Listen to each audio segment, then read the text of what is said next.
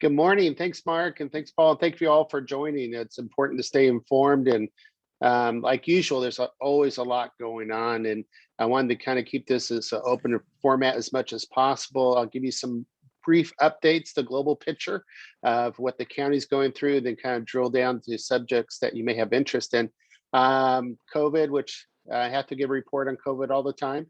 At a high point in January and December, we were about 27% of our testing were COVID positive, and current rates are roughly about 8%, which is less than many of our neighboring counties, which is good. We have decided to, testing is free. We're still encouraging everyone to get vaccinated. In fact, starting this month now, we'll be starting to give booster shots for those who already had their first 2 shots and are fully vaccinated. Our numbers are roughly about 55% over 12-year-olds eligible to get vaccinated are vaccinated, and over 60% of someone who has at least one series of vaccinations.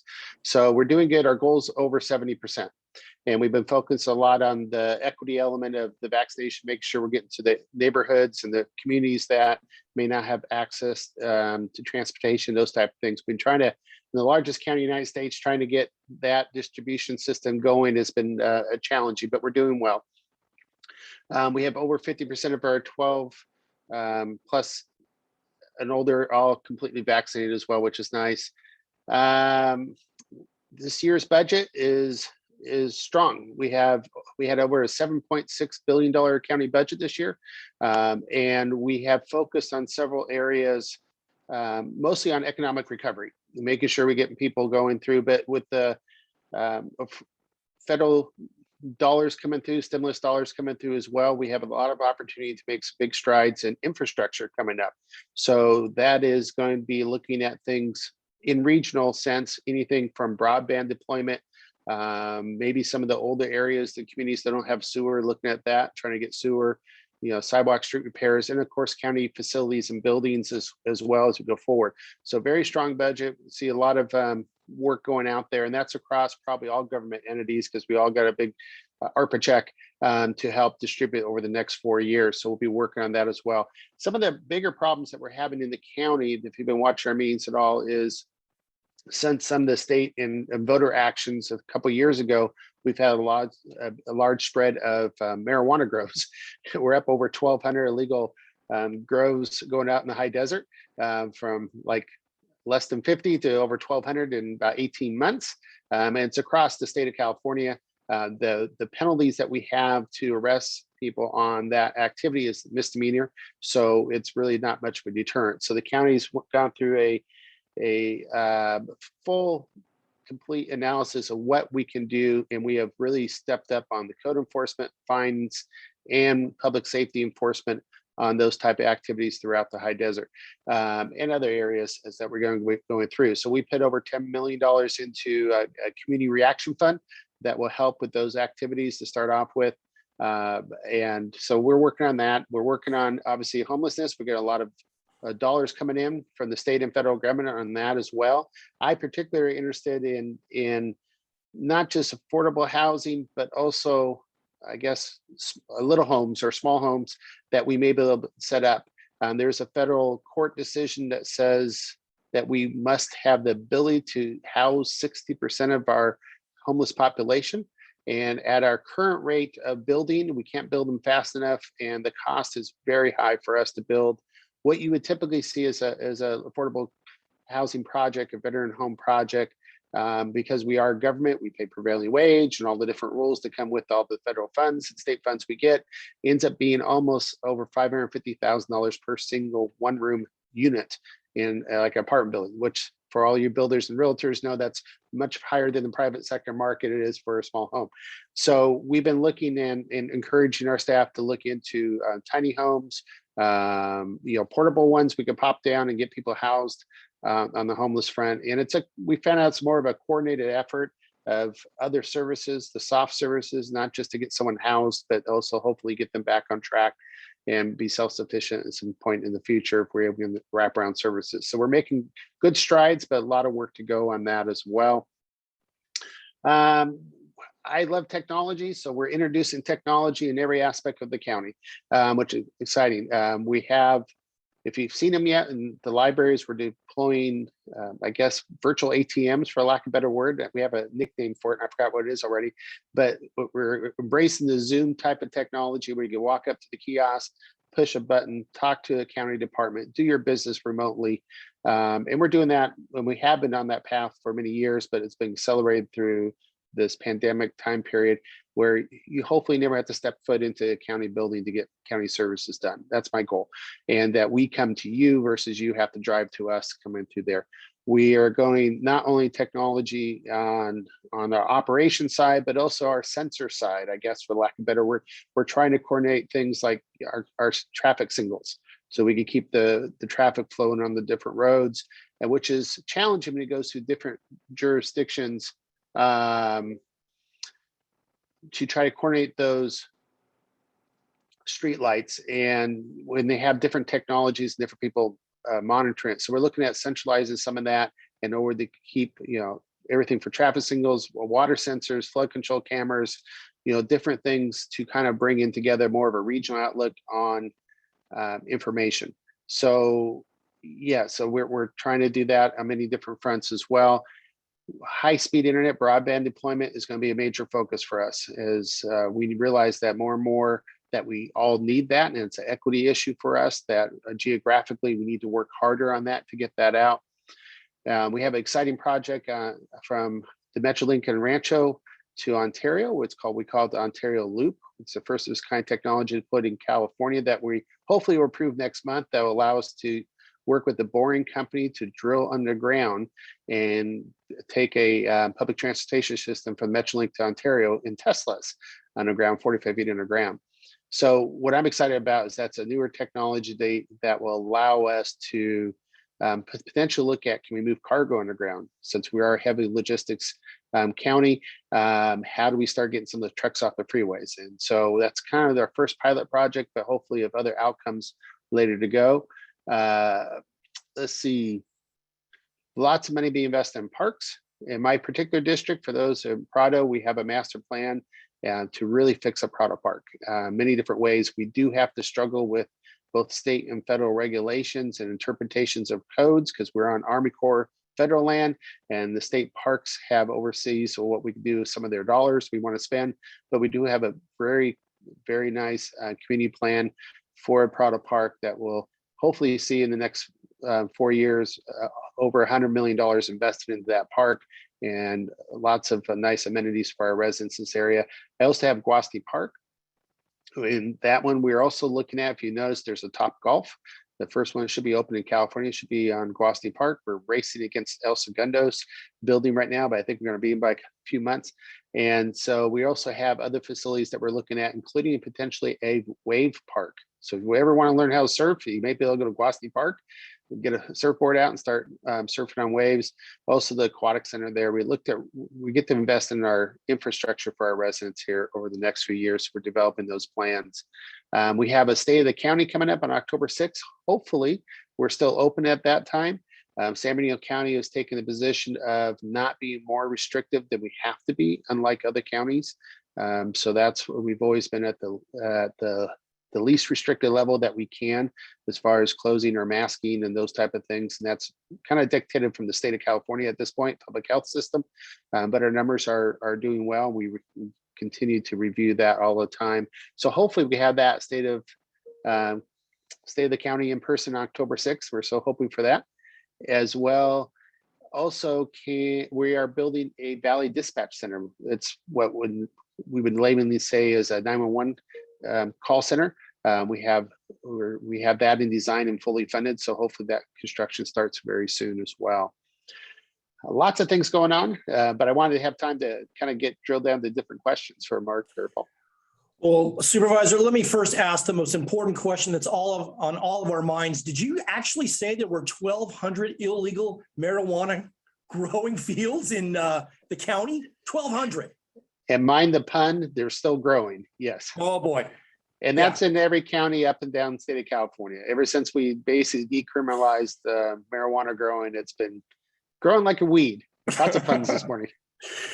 So how many are legal? Do you have any idea versus obviously the illegal side? Yeah, in San Bernardino County, we have no legal ordinance to grow marijuana at this point. So all of them in Wow. our county that we're after are illegal. Is that under consideration? We talked about it at the very beginning to see if there's ways to regulate, tax it, and to try to keep it within control. But without any strong penalties, there's no reason for business people who are in that business to actually pay the high fees and costs. At the same time, when they can do it illegally and get a $500 fine. So that's the problem. That is a problem. So we are lobbying our state representatives, and it's not just a San Bernardino problem. It's in LA County, Riverside County, any place you have vacant land and access to water, they're growing it. Wow. Maybe just for a minute, you can kind of describe how the budget works in San Bernardino County and counties in general. You mentioned there was a $7.6 billion budget, which is an enormous amount of money. It's a large county, obviously, but the majority of that money is not necessarily county generated, county spent money. There's a state and federal component, which is significant.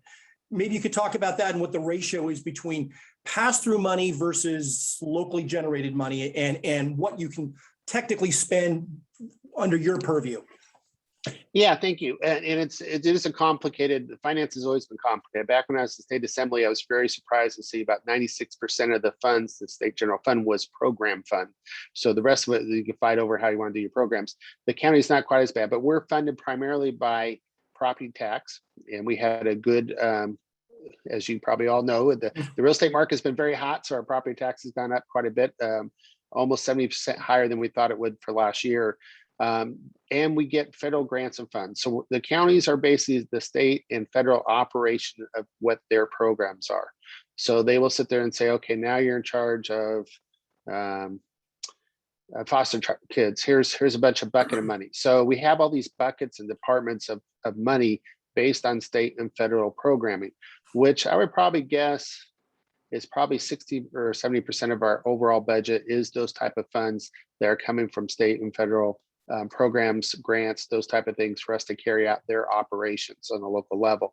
Of our general fund left over from the property tax and others, about 50% goes to public safety, particularly the sheriff's department. Our fire department is actually independent district, and hence it has its own funding, although the county has to augment those special district with extra money to keep it operational, because we have a lot of areas that don't balance out, especially in the high desert. And we go through the different programs like code enforcement, all the rest of it are underneath that. But the majority of our general fund budget is spent on public safety.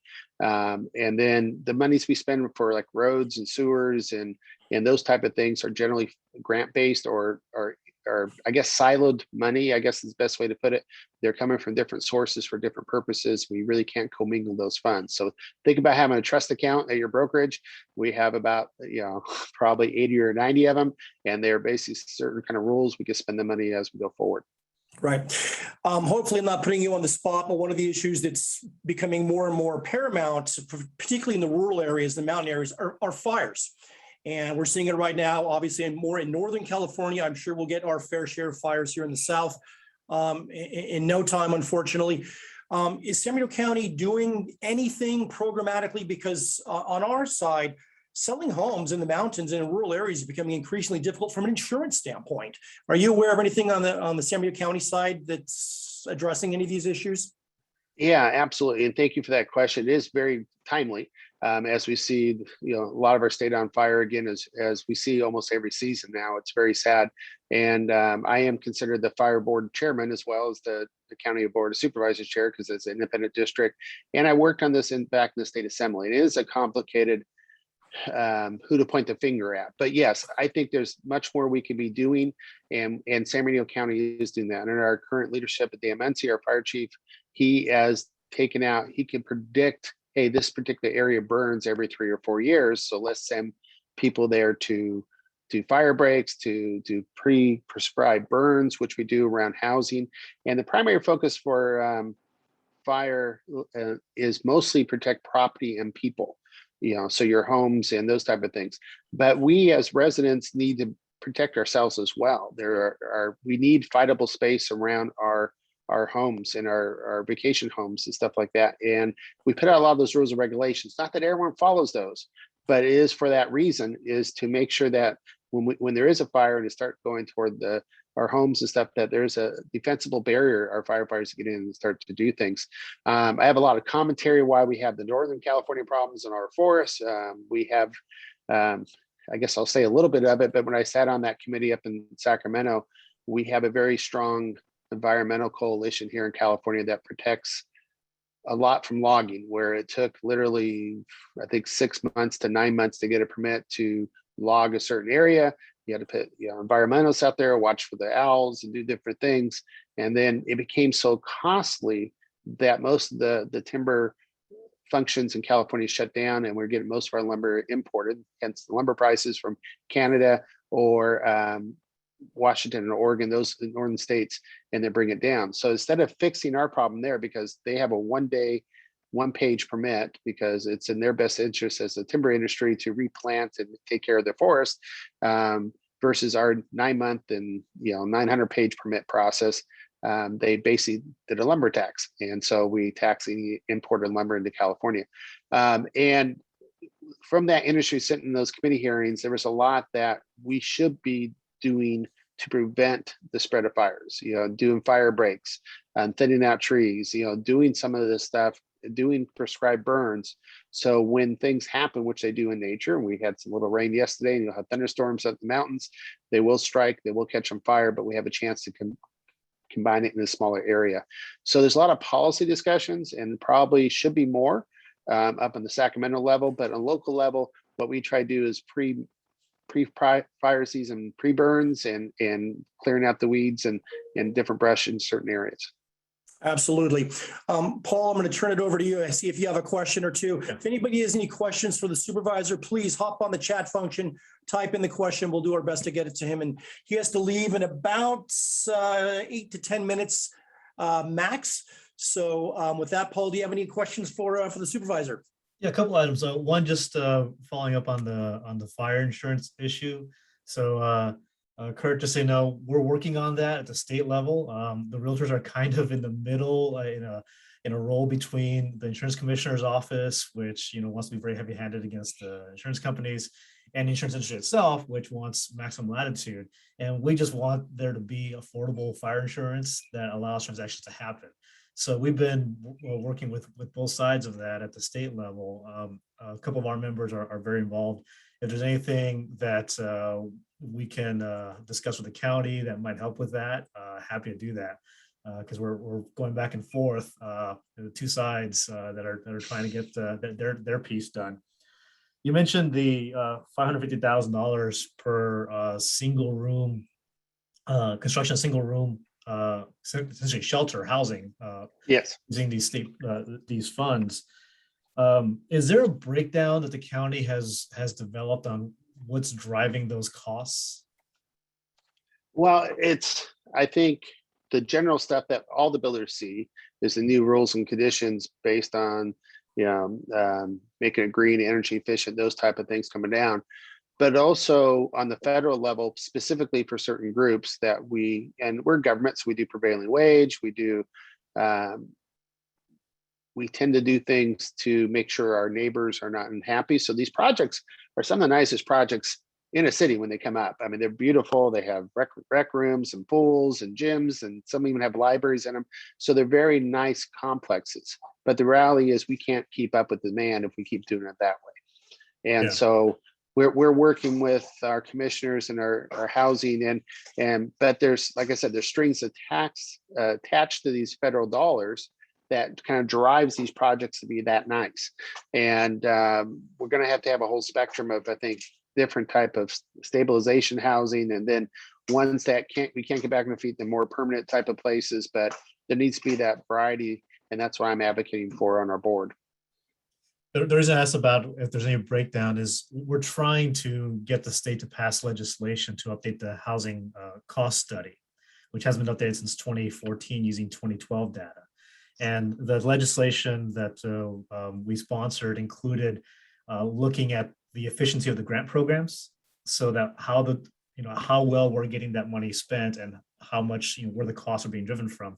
And unfortunately, legislation was moved to 2-year bill and faces opposition from groups that would not like to see the breakdown of the costs. Yes, I'm sure they don't.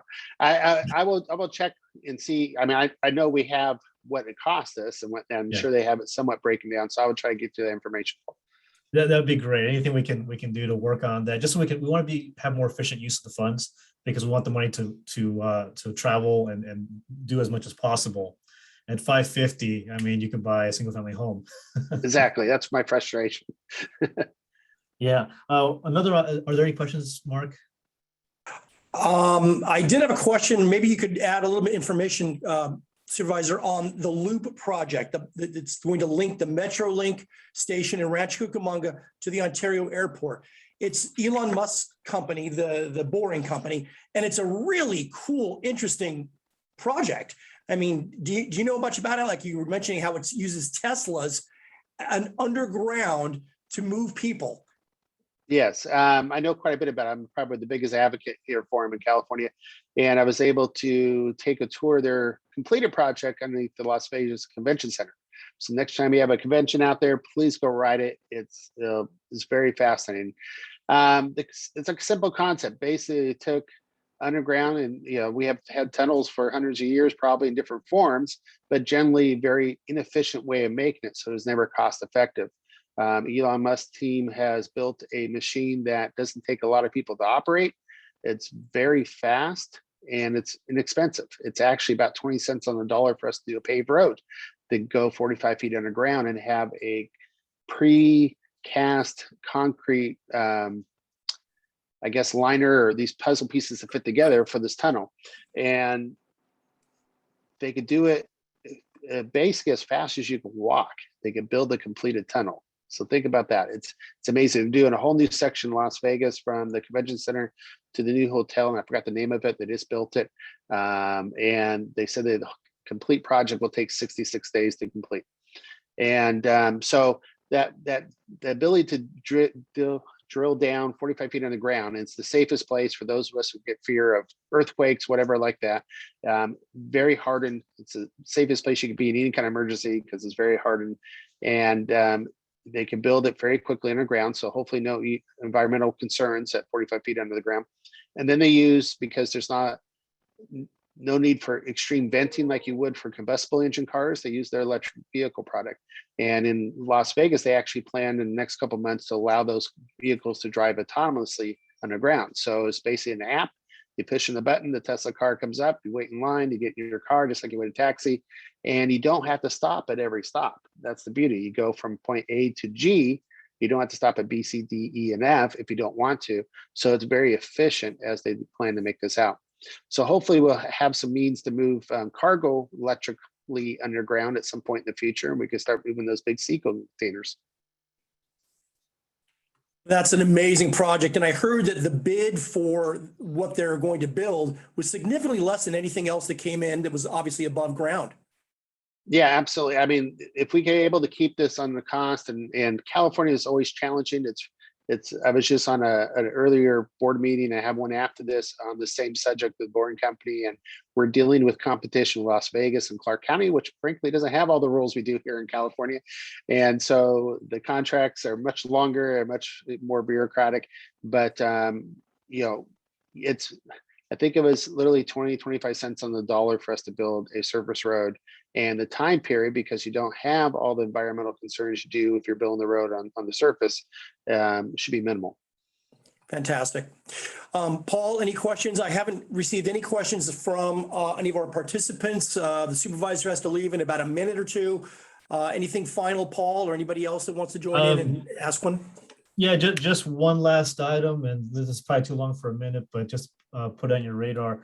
We're still working on the rental assistance program issues. The rollout of the funding has been a problem, not just locally, but statewide. In fact, the state's worse, because at the local level, at least we can talk to you guys and you guys intervene and help, which is why we pushed for this to be a local program, so that there was some accountability at the state level in those areas that are state dependent. There's essentially nobody who will take accountability for issues in the program. as when we run into issues, are you guys getting a lot of reports of problems with the money being distributed? And is there anything we can do to help with that? We are re-looking at our process. We signed the rental assistance program out to our 211 partners, and we kind of set up the checks and balance process. And we have heard concerns that we're not distributing as quickly as some other counties are. The board was also very concerned to make sure there wasn't fraud in the system, in the process. So we're recalibrating that process and make sure that we have the checks and balances for the public's, dollars going out, but at the same time trying to distribute it quicker. So I know we are looking into it. It has been a concern of ours at the board level as well, and staff is trying to see where that correct balance is, and also comparing with other counties. What system are you using for the distribution of the funds? So yes, we're trying to look at that. Got it. Thank you. Well, Supervisor, Chairman of the Board of Supervisors, Mr. Hagman, thank you so much. I appreciate you taking time today out of your schedule. I know you've got a meeting coming up in about 30 seconds to go hop on, so I will let you go. For those of you still on this meeting, we have a couple of announcements we're going to make. Paul's going to give a couple of updates on government affairs. Thank you again, Supervisor, and have a great day. Thank you. Okay, so for those of you who are still hanging around on this meeting, a couple of quick comments. IVAR is doing its leadership development classes that will be starting up on September 17th. We have 3 classes involved on the 17th of September, the 24th, and October 1st. 3 weeks in a row, all Fridays. Meetings start at 9:30 or 9 o'clock. If you want information on it, go to IVAR's website. On the front page of our website, there's a description of the classes, the content, and what it goes over. But briefly, if anybody's interested in getting involved in the community, serving on a commission, serving on a nonprofit board of directors, serving on IVAR's board of directors, anything like that, if you want to get involved, it's a great course. You're going to get a fantastic overview. There's a number of speakers coming in, and I think you'll enjoy. I know a number of people on this Zoom call today went through the course at IVAR in years past. I see Brent B still nodding his head. Thank you, Brent, acknowledging that with a thumbs up. So go to the website, check it out. You do have to sign up for it. And hopefully you can participate in all 3 classes. They are going to be Zoom, unfortunately, but I still think you're going to have a lot of value in that. Paul, I know you had a couple of updates you wanted to give on government affairs activities. With that, Paul, what's going on? Sure. A few things to update. We're in the last week and a half of the state legislative session. It ends actually just before the recall election that's coming up. You may have heard about SB 9, a zoning law that CAR backed, and there was a lot of speculation about what SB 9 did. So in its final version, SB 9 allows single-family lots to be split with a very simple process into 2 lots. So you can get a lot split on a single-family lot if it meets certain conditions, and do so without the amount of headache that would normally take place at the local counter. Essentially, the cities must approve these lot splits. There was concern that this would allow, I heard accusations up to 20 units on what is now a single-family home. That's just not true. The SB 9 says that you can, if it meets certain conditions, the lot split can't be, the split lot can't be less than 1,200 square feet. The split has to be 60-40. You have to meet certain setback issues. Cities can account for health and safety and other concerns. You can't do a tear down of the existing building. I mean, there's a lot of restrictions that are in place on this. When you break it down, the Berkeley Center for Housing, the Turner Center, determined that only about 4.5% to 5% of lots in California would even qualify for this. But if you have one that qualifies, you can do the lot split. Under existing law, you can take a single family lot and build up to 3 units on it. The main home and an accessory dwelling unit that's 800 square feet or larger, and a junior accessory dwelling unit, which is typically like a converted attached garage or an office that's converted into an efficiency, something like that, that's smaller. You can do that right now. Under SB 9, you would be able to split a lot that qualifies. The split lots can only be added to with 1 accessory dwelling unit. So you go basically from 3 possible units to 4 units on what is now the single family home. So we've added one possible unit to that. Secondly, SB 9 can only be triggered by a person who is an owner occupant, who then must sign affidavit that they will stay in the home for 3 years after the lot split is approved. And then there's a series of other conditions that are part of this. The idea, and we negotiated that change, by the way, because one of the concerns is that this would become something that investors would target. Go purchase single family homes and start lot splitting them left and right. And we wanted the owners of those properties, the owner occupants of those properties, to be the beneficiaries as well as living with the results of the lot splits and what they're doing.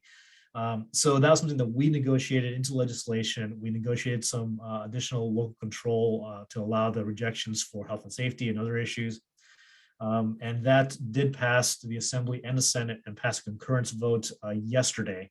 So assuming the governor signs it, which is never a guarantee, but it's going to the governor's desk for his signature, and we'll see if it becomes law. We also passed SB 10.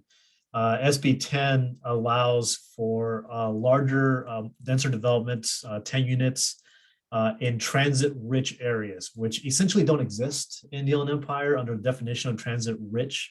You have to be really in a high-frequency train terminal, certain very high-frequency bus terminals, ferry terminals in Northern California. We don't really have this in the Inland Empire under the definition of the law. Both of these got a lot of opposition from cities and counties that are worried about losing local control over land use. And honestly, both of these are designed to override some areas of local control over land use. But we think each of them will have some impact in trying and making it easier to build affordable, especially mid-level working class housing. You'll hear some concerns that, well, it only affects a few lots. Each one is a drop in a bucket. Everything we've done for the last few years, all these streamlined requirements, all the changes we've done, everything's a drop in the bucket. Everything's, in fact, we'd say a few drops in the bucket, but that's how you fill the bucket. And we've got a big empty bucket, and you're seeing the consequences of it with the inability of working class families to, who don't have the benefit of, their parents own a home that they're going to inherit, being able to afford somewhere to live. So this has been a big priority. We've been trying to work on this type of legislation for years. We finally got the concessions necessary and the compromises necessary to maintain some of the to address some of the concerns about neighborhood integrity. But if you've seen some of the attack ads against SB 9 and 10, you probably saw you can build 20 units on a single family lot. It's not happening, and that's not what we were going for, and that's not what passed in the final legislation. I also wanted to mention on Prop 19, and I know some of you guys have already started getting Prop 19 transactions done and started advertising on that. That's fantastic. I'm glad you're able to make use of that law to help longtime homeowners carry their property tax benefits to another home. We do have a bill, SB 539, that's ready for a vote in the Assembly, which streamlines the final little bits. We had some resistance from a few county treasurers, tax collectors, not in the Inland Empire, but other places, that were dragging their feet a little bit about implementing Prop 19. SB 539 will close those final gaps. So if your client is looking to move into another county where they're not being so straightforward about implementing Prop 19 and allowing the transfer in, that should not be an issue for a whole lot longer. It's a very simple cleanup bill on some language that will help us get through that. So those are a couple items I wanted to cover for you guys. Mark, is there anything else you want me to cover? Not that I can think of. I appreciate the update. Are there any questions? We're kind of coming to a conclusion here in our meeting. If there are any questions, hop on the chat functions, type it in, and myself or Paul will do our best to answer it. And I see none. It's kind of a quiet group this morning. So I don't see any questions coming through. So with that, I suppose we will conclude our meeting. Hope to see everybody next month. We're not sure if it's going to be live yet. It's still under review. Either way, you'll be receiving a notice a week or so in advance. Hope to see you via Zoom or live as soon as we can do that. And I appreciate everybody dropping by today and taking some time to check us out. Have a great day. Appreciate it. And we'll talk to you, all of you soon. Take care. Hey, Mark, Yes. just before you go, is CAR going to be live or? They are looking at it being a live meeting. Yes. Okay. Are they going to have a virtual component? In other words, could people log on to that? Yes. They Yes. are going to have that as well. Okay. Yep. Cool. Okay. Thank you. All right. Thanks.